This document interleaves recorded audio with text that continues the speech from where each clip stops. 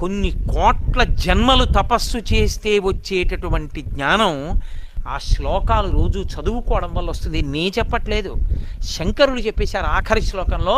సర్వాత్మత్వమితి స్ఫుటీకృతమిదం యస్మాదముష్మిన్ స్తవే తేనాశ్వశ్రవణాత్ తదర్థమననాత్ ధ్యానాచ్చ సంకీర్తనాత్.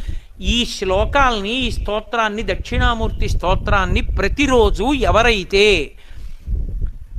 ఈ స్తోత్రాన్ని చదువుకుంటున్నారో, చదవడం చేత కాని వాళ్ళు, చదువుకోవడం వచ్చిన వాళ్ళు చదివితే వింటున్నారో, విని ధ్యానం చేయగలుగుతున్నారో, ధ్యానం చెయ్యలేకపోతే కనీసం పఠిస్తున్నారో, వింటున్నారో, ఇలాంటి వాళ్ళందరికీ కూడా సర్వాత్మత్వమితి స్ఫుటీకృతమిదం, ఆత్మ అనుభవంలోకి రావడమే కాదు, దానితో పాటుగా సమస్త సిద్ధులు కూడా కలుగుతాయి. ఈ ఒక్క స్తోత్రం అంత శక్తివంతమైనదని